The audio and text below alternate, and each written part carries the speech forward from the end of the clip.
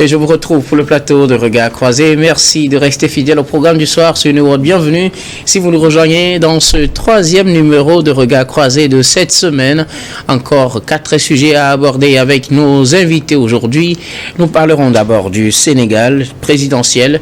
Le dialogue préconise un premier tour le 2 juin. Deuxième sujet concerne toujours le Sénégal. Vers un nouveau bras de fer sur l'après 2 avril. C'est une interrogation. Nous nous interrogerons donc avec nos invités. Notre 3e sujet concerne la CEDEAO, levée des sanctions, hauteur d'esprit ou plutôt inefficacité des mesures. Nous allons nous interroger également avec nos invités, puis nous terminerons bien évidemment avec le Togo, CEDEAO Niger, la libération de Bazoum, un autre défi pour la diplomatie togolaise.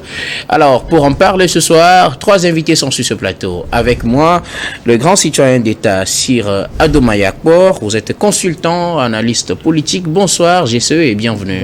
Bonsoir à vous tous. À côté de vous, Dieudonné Sewonou. Vous êtes journaliste, directeur général de Elios Service. Bonsoir Dieudonné et bienvenue. Bonsoir docteur, encore un plaisir d'être là. Notre 3e invité ce soir, Firmin Teko Agbo. Vous êtes journaliste et chroniqueur politique. Bonsoir Firmin et bienvenue. Merci, bonsoir Guillaume, merci de m'avoir invité. Alors nous allons attaquer notre premier sujet, direction le Sénégal présidentiel. Le dialogue préconise un premier tour le 2 juin, réuni ces 26 et 27 février à Dakar, à Diomandio, dans la périphérie de Dakar. Les acteurs convoqués par le président sénégalais Macky Sall ont finalement arrêté la date du 2 juin comme date pour le premier tour de la présidentielle. Un dialogue ou une concertation auquel 17 des 19 candidats n'ont pas participé. Quelques-uns ou les deux restants ont participé aux côtés du président Macky Sall. La décision principale, c'est que le premier tour de l'élection aura lieu le 2 juin. Alors Dieudonné, on s'interrogeait sur le premier tour ou bien la date qui devrait sortir de ces concertations ou la date que devrait proposer le président Macky Sall.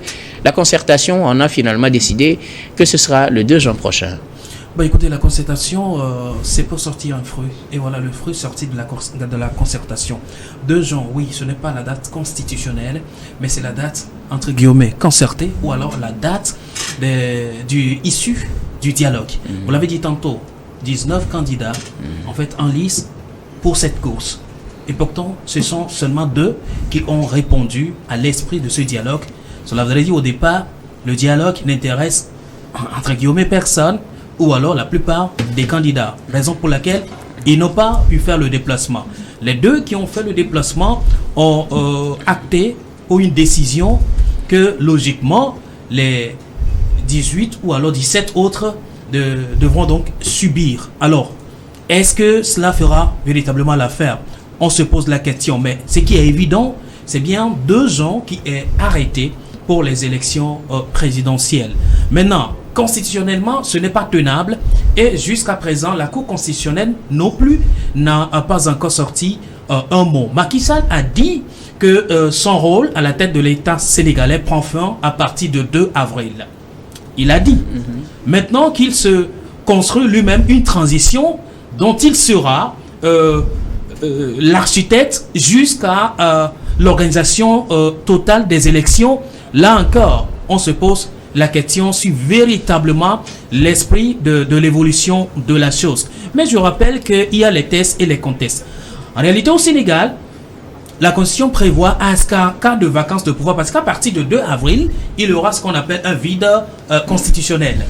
Macky Sall ne sera plus légitimement président de la République du Sénégal. Alors à partir du 2, qui sera le président du Sénégal? Là, il y a la concertation lui donne la possibilité de gérer la transition. C'est ce que je suis en train de dire. Qui lui donne la possibilité de gérer les affaires courantes, voire l'organisation des élections. Quelle concertation? Je dirais lui-même, il se donne maintenant le pouvoir de gérer cette trajectoire. Alors qu'il en voulait pour 12 mois, il en prend 6 mois pratiquement.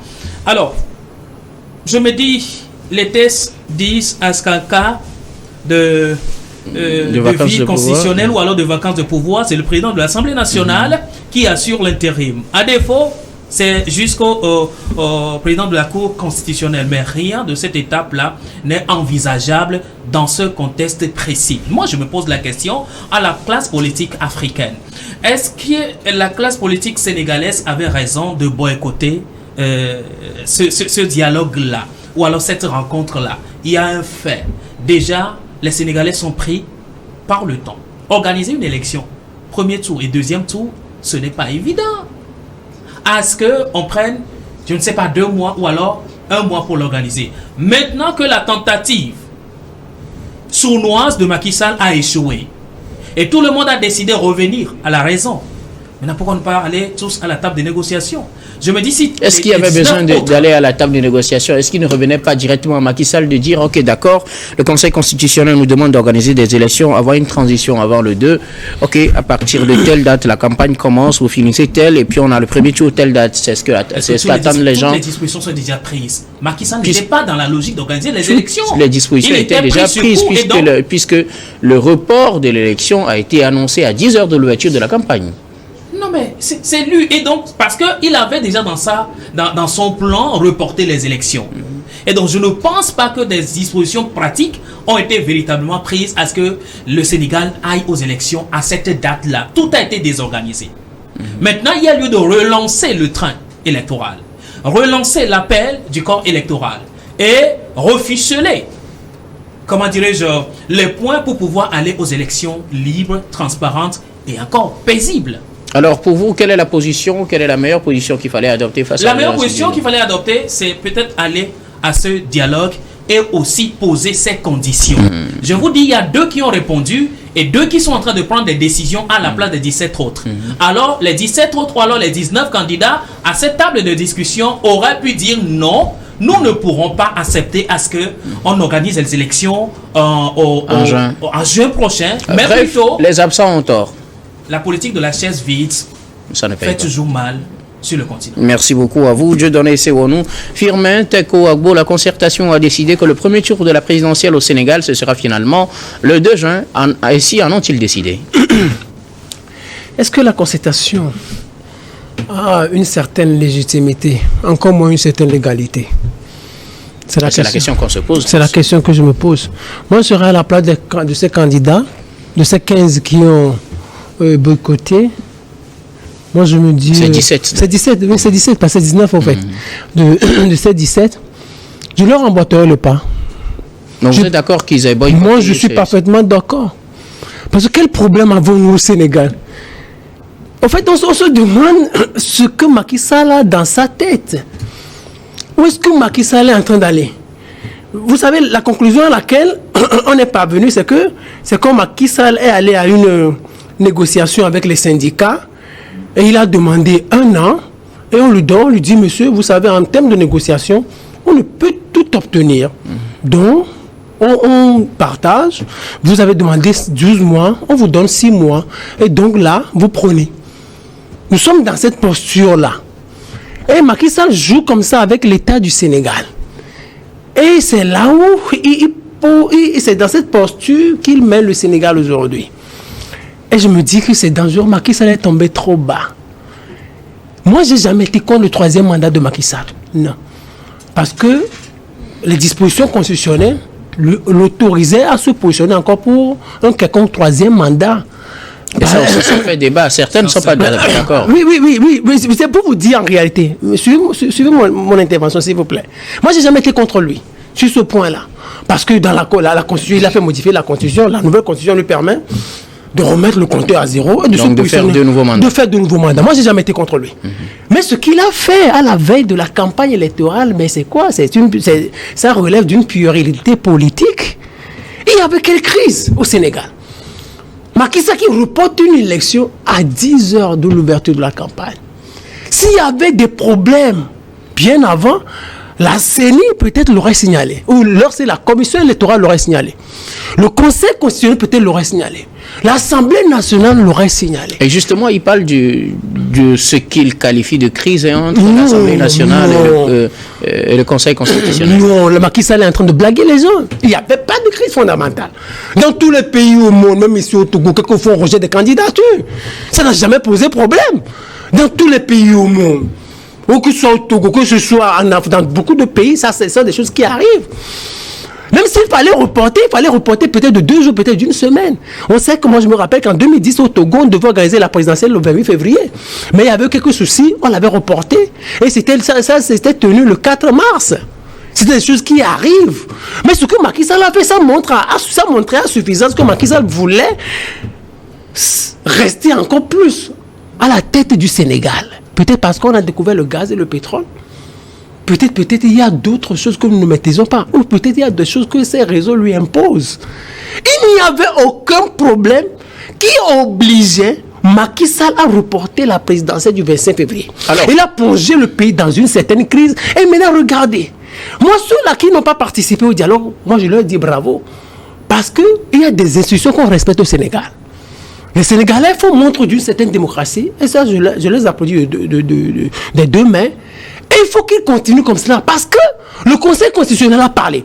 Et le Conseil constitutionnel n'a même pas désavoué Macky Sall. Il n'a pas fondamentalement désavoué Macky Sall. Parce qu'il pouvait dire, nous, Conseil constitutionnel, nous sages, nous décidons que les élections se tiennent à telle date.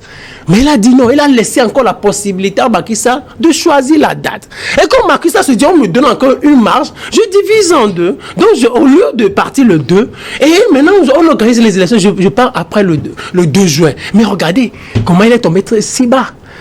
Vous êtes un président légitimement élu, un président légalement élu. Maintenant, vous devenez un président de transition. Mais c'est dégueulasse pour l'Afrique.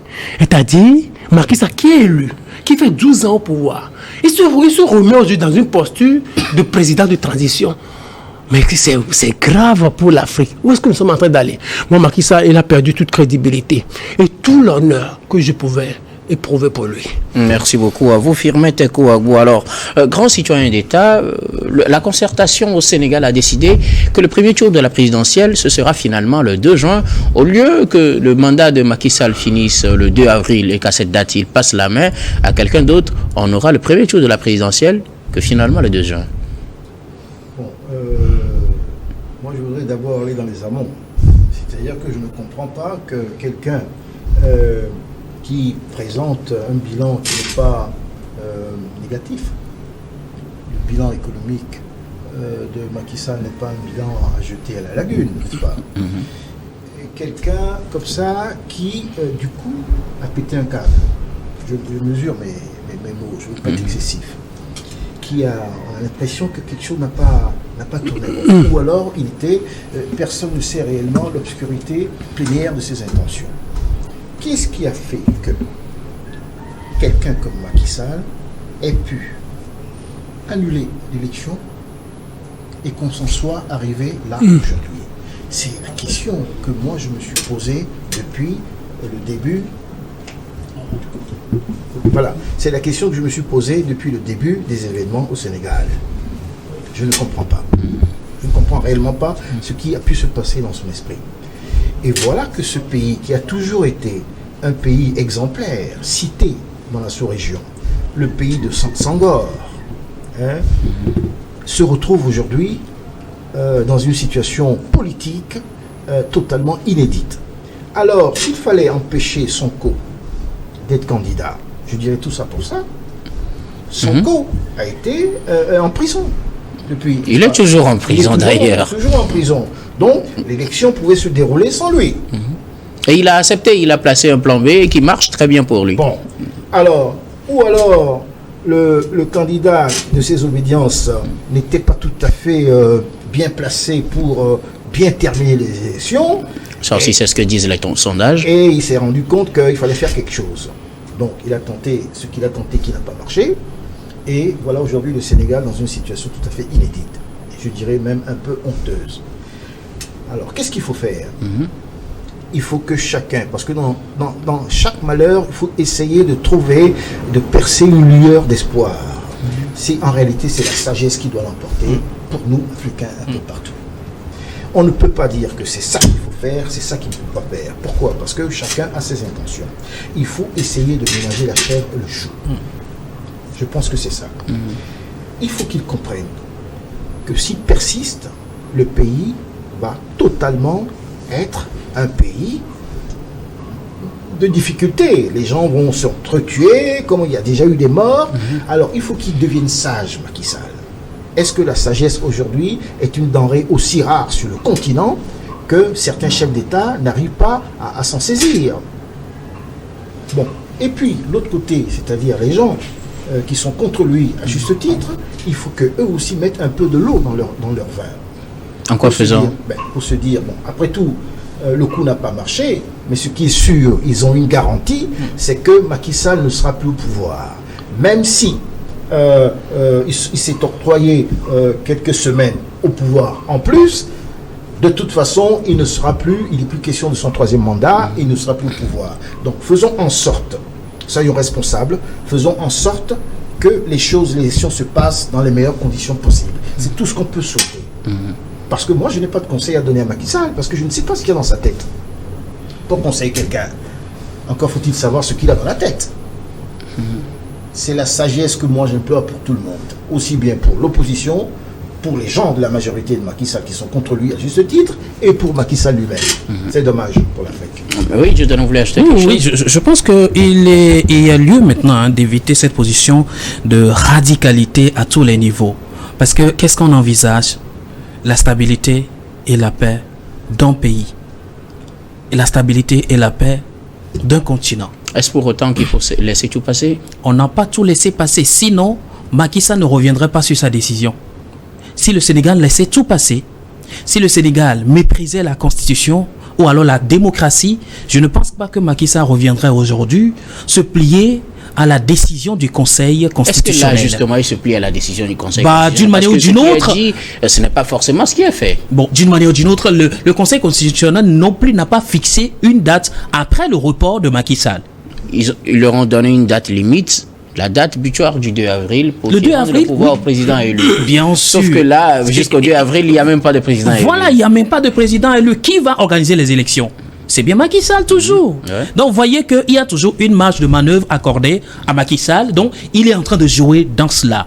Maintenant, qu'on refuse d'aller aux élections le 2 juin, de toutes les façons, il n'y a plus question qu'on aille aux élections avant ou alors avant la fin du mandat de Macky Sall. Il y a lieu de jouer maintenant une table de discussion, de négociation visant la paix. Sinon, ce qu'on ne comprend pas, ce qu'on n'imagine pas, ce qui se passe autour de nous risque de se passer.